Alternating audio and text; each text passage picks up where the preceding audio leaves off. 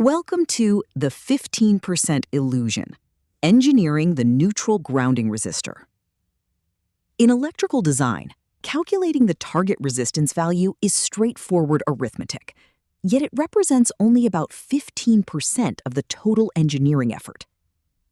In this session, we go beyond textbook formulas to explore reality-tested, code-compliant grounding design that guarantees physical survivability, relay visibility, and regulatory compliance.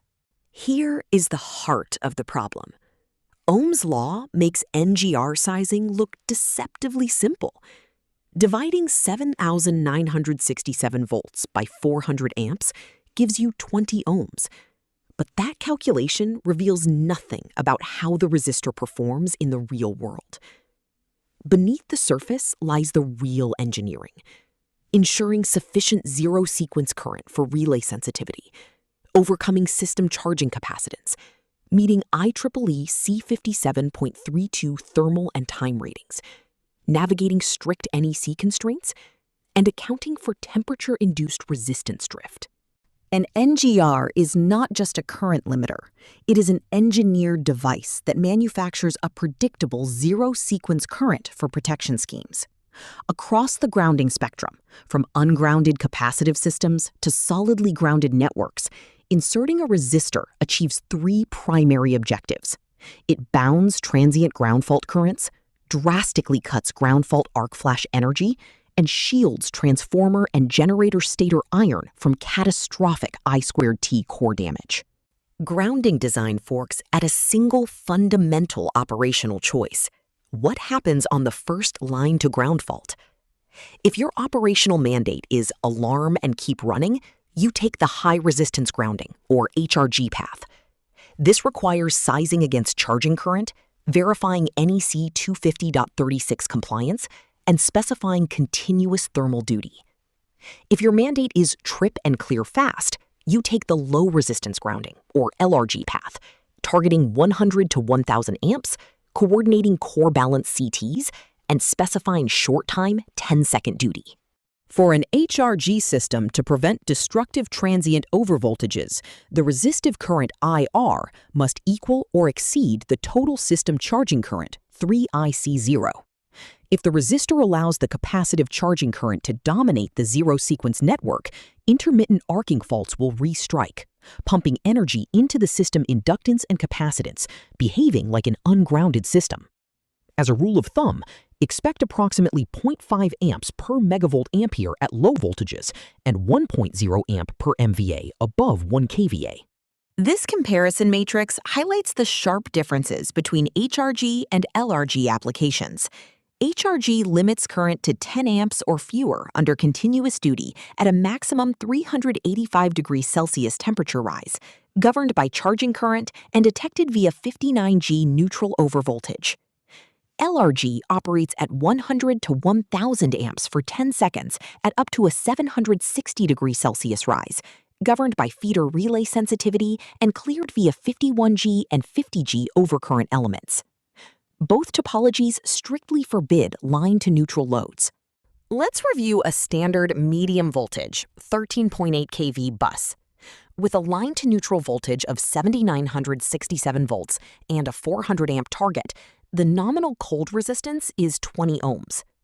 The hardware specification requires a 10-second rating with a 760 degree C rise per IEEE C57.32, paired with neutral and core balance CTs and continuous continuity monitoring. Beware the common kilowatt fallacy. 400 amps squared times 20 ohms equals 3.2 megawatts, but that is instantaneous power at T equals 0, not a continuous steady-state power rating.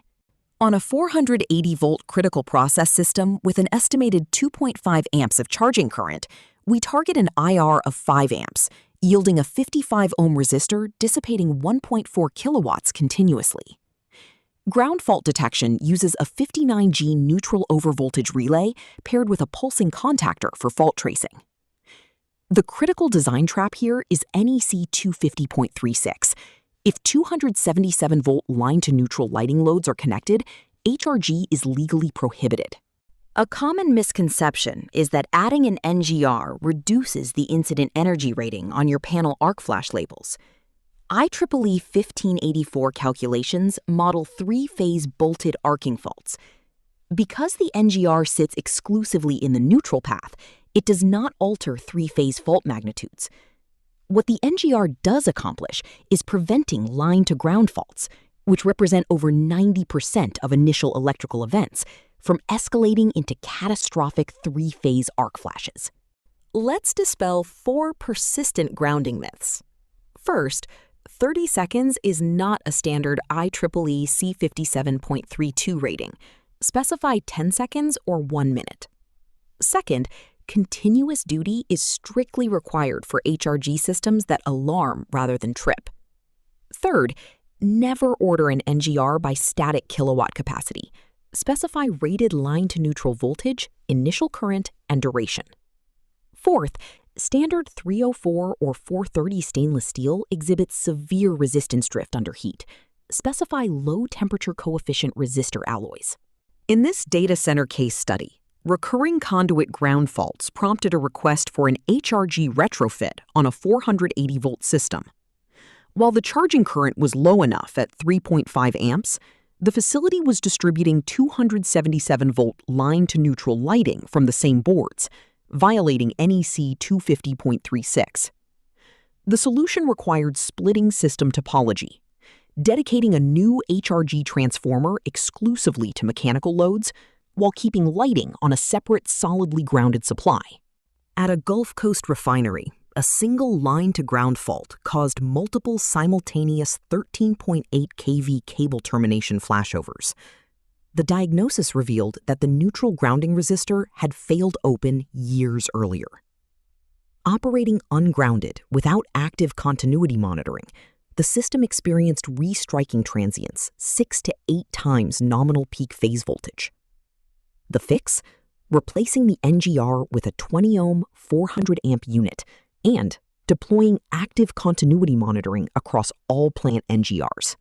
A 120-megawatt utility solar plant requested HRG on its 34.5 kilovolt collector network to avoid tripping during single ground faults. With 28 miles of shielded medium-voltage cable generating 150 amps of charging current, an HRG scheme would have required over 150 amps of neutral current, a physical contradiction of HRG principles. The solution? An LRG scheme with 400-amp 10-second duty and core balance CTs on each feeder breaker, tripping only the faulted 8 to 12 megawatt circuit while keeping the rest of the farm generating. Grounding system failures rarely stem from arithmetic errors. They occur when 3 constraint domains collide. Electrical constraints, balancing relay sensitivity against charging current restrikes. Physical constraints, balancing short-time thermal absorption against continuous heat dissipation. Regulatory constraints, such as NEC neutral load prohibitions and utility interconnection rules. A survivable design lives exclusively at the intersection of all 3 rings. Before finalizing any neutral grounding specification, run through these 5 essential checks. Measure, never guess, charging capacitance, 3IC0. Confirm 0 line-to-neutral loads per NEC 250.36. Match the thermal time rating to the protection philosophy, 10-second trip versus continuous alarm. Mandate continuous NGR path monitoring. Re-verify cable insulation ratings, 133% or 173% for sustained fault duration.